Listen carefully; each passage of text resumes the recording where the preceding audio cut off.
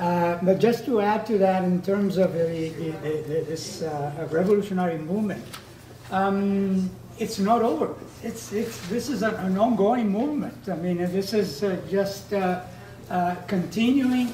And in fact, we have one spot where that is really happening today, and it's quite alive, and there's Venezuela you referred to. Of course, we have Cuba, we know Cuba, but Venezuela nowadays is really on the spotlight of a socialist movement.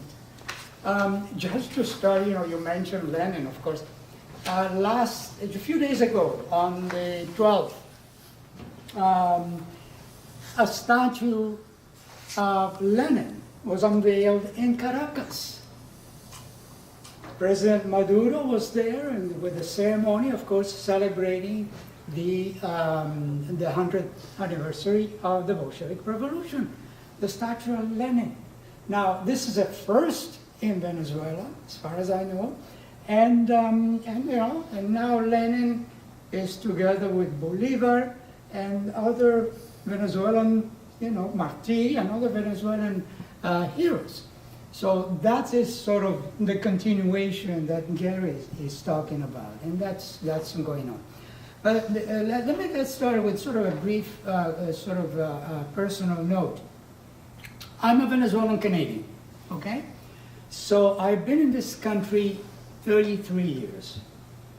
But I still keep my Venezuelan citizenship, and I am a Venezuelan citizen. So I have been going back to Venezuela over time, visiting my family, my relatives, and so on. And so I have a glimpse over time of the changes that have occurred in Venezuela. Of course, I know before Chavez, and I know during Chavez, and with Maduro. But every time I would go back, I would, catch up on the news and what was going on and so on. But I was sort of a visitor. I was just visiting my family and so on and so forth, trying to keep up with the information. But 2 months ago, to the day almost, I went back to Venezuela. But this time I was a delegate, a Canadian delegate, at this major international conference that happened in Caracas. I was representing an organization that's called Frente para la Defensa de los Pueblos Hugo Chavez, Hugo Chavez People's Defense Front. And anyway, and there I was. Now, emotionally, that to me was really something that it's hard to describe, because here I am now, not only as a Venezuelan, and I love to see the changes that happen in Venezuela, but I'm there now representing Canada. So I have sort of this dual role in a way, and I just love that. But as I said, I lived in Venezuela, of course, before I came to Canada. And my first sort of shock into the Latin America, I would say, because that was very common in those days in Latin America, was when I was a teenager.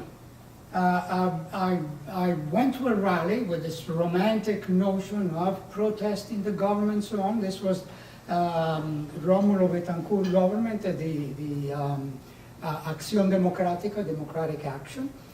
And so off we go, students, teenagers, rallying. So 2 of my schoolmates got killed. Their statues now, the busts, are at the front of my high school in Venezuela. So that was quite a shock for a teenager, sort of witnessing that. I think anywhere that would be quite a shock. But this sort of gives you sort of grabs your attention.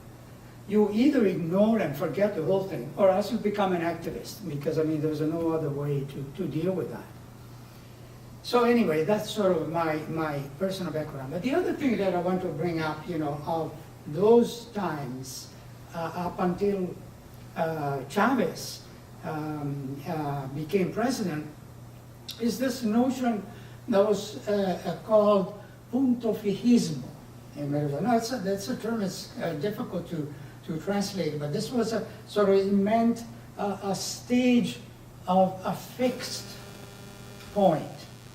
And what it meant, it was referred to a pact that was called Punto Fijo, Fixed Point Pact, that was signed by 3 parties.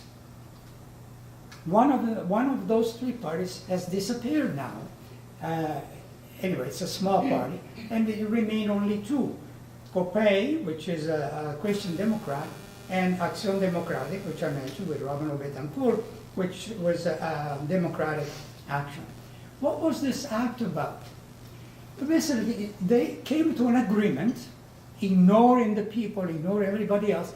Let's switch, roles at every election, so it's democratic, right? It has to appear democratic. And then we sort of take turns. So basically, you ended up with 2 parties, right-wing parties, running the country for many, many years until Chavez came about.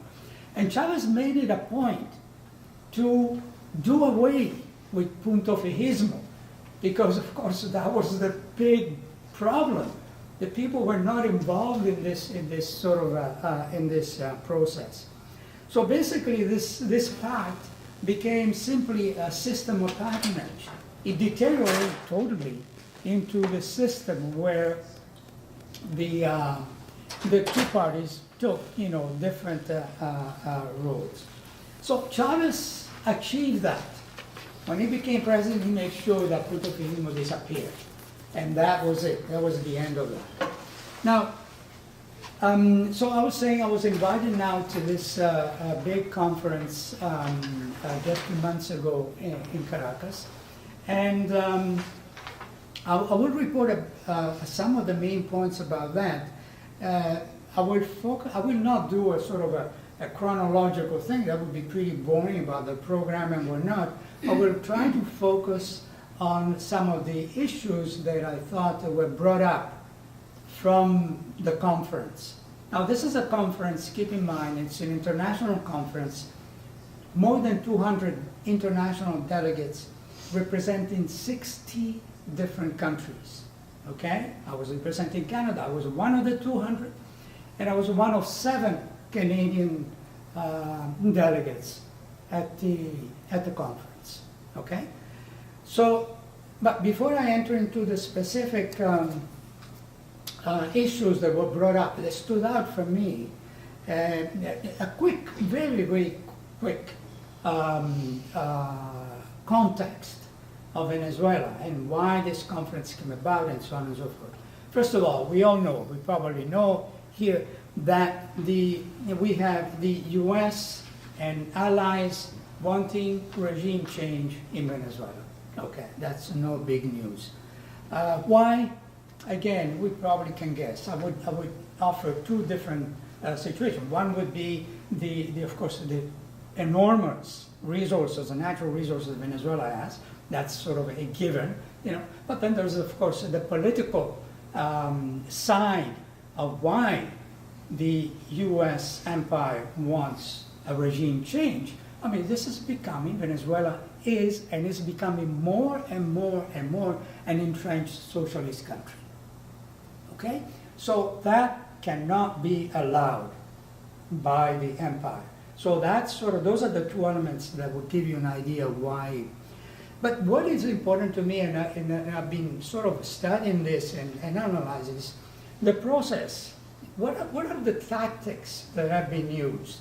And if you've been observing what has happened in Venezuela over time, you've seen soon after Chavez became president in 1999, immediately 2002, 3 years later, not too far away, an immediate sort of attempt of a coup.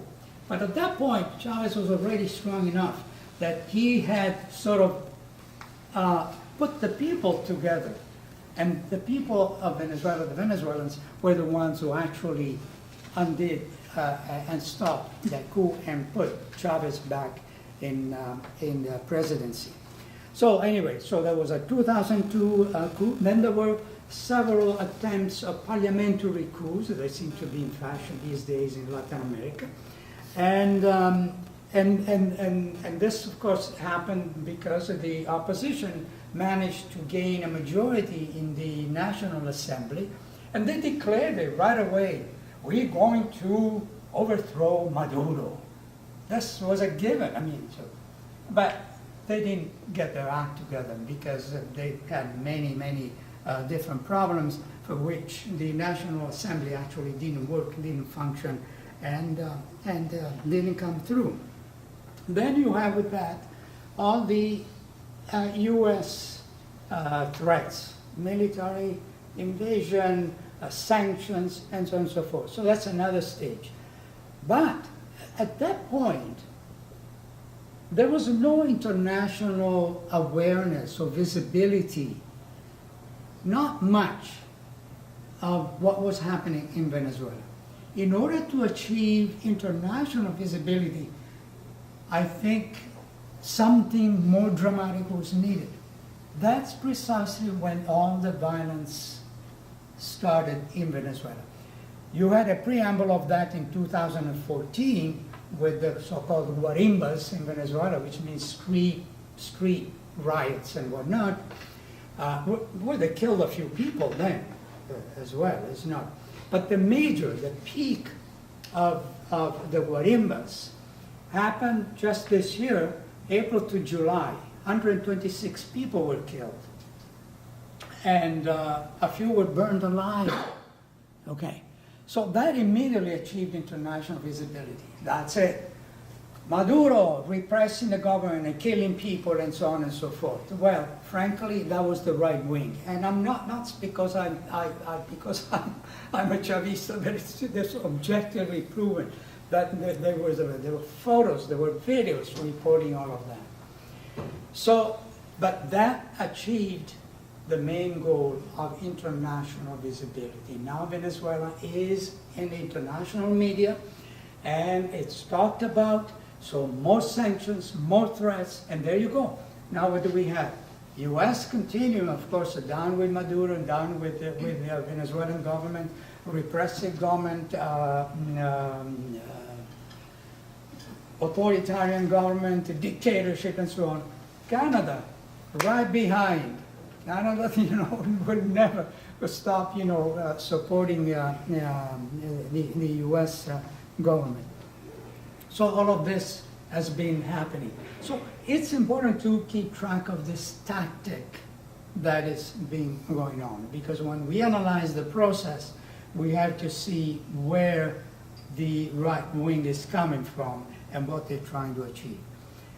Who are the players? That's also important to mention. Who are the players and what is the end game currently in Venezuela? Well, the players are very simple.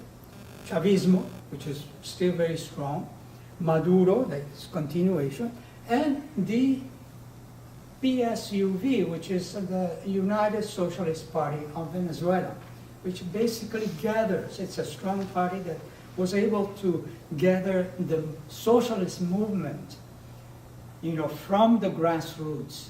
And that's what basically, that's the governing party today, okay? So those are the players on the one hand. And what is the end game? Socialism. The party's name indicates it, and every action in Venezuela coming from the government is aiming for socialism. Other players on the positive side, and this is very, very important. Let's not forget this. Venezuelans and the military. Now, those who study Latin America and do not take the military into account, well, they're missing a lot, because the military have a major role, and the people themselves. But that's precisely, when I say Venezuelans and military, I'm talking about what in Venezuela is called a civic military union. That is really a union that has never seen before. I remember when I was in Venezuela, I was afraid of the military. You had on the road checkpoints, the military were there, and you get nervous. Your hands start sweating because you never knew what they were up to, okay? So I witnessed that. Now I was back, and I said, the military, I mean, they're so friendly. I mean, okay, we were international delegates and so on and so forth, okay. But you know what? the message is what is really important. The union between the people and the military is extremely important. What is the end game for them? Well, social welfare, of course, for the people, and peace. This is a military. They actually, when you hear the Minister of Defense speak, he's always aiming for peace. But it was interesting, just a few days ago, I heard him speak, and again, he said, "Oh, we want peace." This is the Minister, Padrino, the Minister of Defense in Venezuela. Because in Venezuela we want peace, we aim for peace and so on. But then he said, we want peace, but we are not disarmed. Now that's an interesting message. And that is exactly the point. The point is, yes, we're aiming for peace, but you know what? We're ready for war if it comes to that. So that's sort of there. Now, on the opposition side, who are the players? You have the MUD, which is a coalition of smaller parties that today are collapsing. After the victory of the regional elections, October 15, all these parties now are dismembering. I mean, they don't know what to do with themselves because they lost a major election where 18 states out of 23 were won by the governing party in those states, and only 5 were won by the opposition. But out of those 5, 4 decided to be accepted, I should say, to be sworn in. Now, if a governor doesn't get sworn in, basically it's not recognized. They have to call to new elections because being sworn in is part of the whole electoral process by law. So 4 decided to be sworn in. So what happened? Their party kicked them out of the party. This is Acción Democrática, the democratic action. They were kicked out. Now what will they do as independent? They will become independent governors now. What will they do? We don't know, but that's the thing. One refused to be sworn in. A new election for that particular state is going to come up. And then, of course, who are the other players? U.S., the colonizers, all the allies, and so on. And now recently, the EU. That's also declared sanctions against Venezuela. How am I doing? I forgot to check my time. You're running out. Running out already? Okay. You know what? Time flies when you're having fun. Time flies when you. But you know what? I'm going to quickly then jump to maybe the topic, which is the one of the themes. I had several themes that would be interesting to cover, but I think the one that I really saw or heard being mentioned over and over and over was, in fact, socialism, anti-capitalism, and anti-imperialism. That was a theme that was covered quite widely, not only by the Venezuelans at the conference, but also by the delegates. And in order to do that, I will quote, so it'll be faster maybe, like Delcy Rodriguez. She's now the president of the National Constituent Assembly.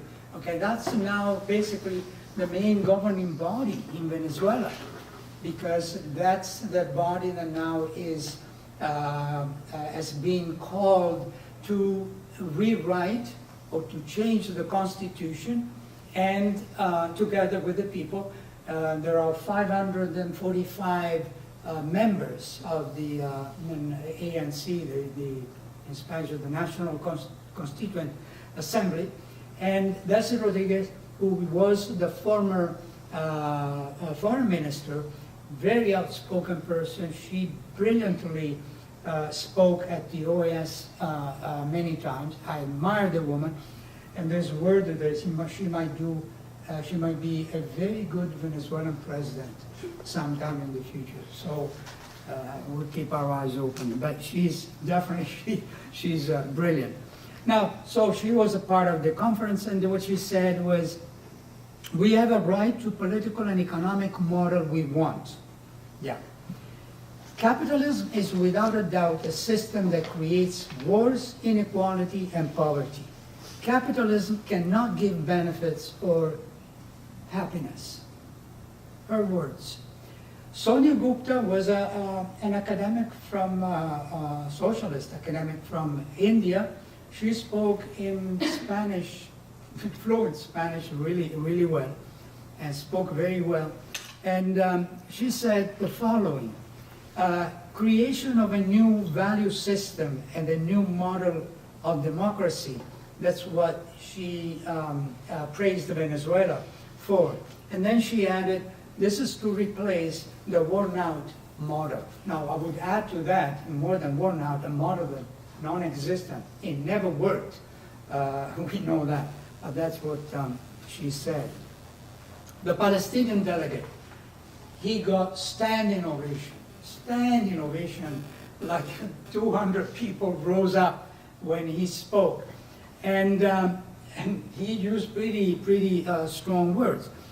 He was referring to the imperialist United States government, and he said the following, you can assassinate our families, destroy our homes, schools, or perhaps all our towns, but you will never undermine our willingness to fight. Again, strong, standing ovation. So all of this basically, it's being called, it's referred to as being called Bolivarian socialism. I'm not going to define what is Bolivarian socialism. I will not get into that. Hugo Chavez called it earlier on socialism of the 21st century, which is now has become more concretely Bolivarian socialism. Chavez himself defined it in 2013, defined socialism, and he said the following, and there's a beautiful video of him giving this speech, but this is the phrase that I want to quote. I will skip the Spanish. Socialism is participatory democracy and above all, protagonist democracy. Now, I wish I had the time to get into that, because we have to make a difference, and Venezuela is very clear about making the difference between what is participatory and what is protagonist. There's a big difference. Participatory is like, we participate even here to a certain extent, we participate in whatever Canadian democracy. Protagonist is what the word indicates. We become actors, principal actors of democracy. And that is the main qualification for a Venezuelan democracy.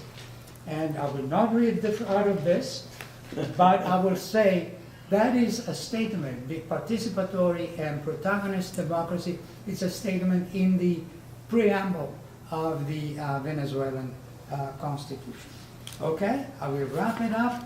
And just to say, again, that the type of socialism that Venezuela seems to be intent in building, it's its own brand of socialism, so to speak, Bolivarian socialism, with its own characteristics based on its past revolutions of independence and heroes, people's aspirations and needs, defiance to the current colonial empire, and with a good doses of 20th century Marxism. So that was the spirit in Caracas and that conference, and I think I felt very proud, and everybody felt very proud of calling themselves, todos somos Venezuela, we all Venezuela. But I felt, doubly proud as a Venezuelan and as a socialist. Thank you.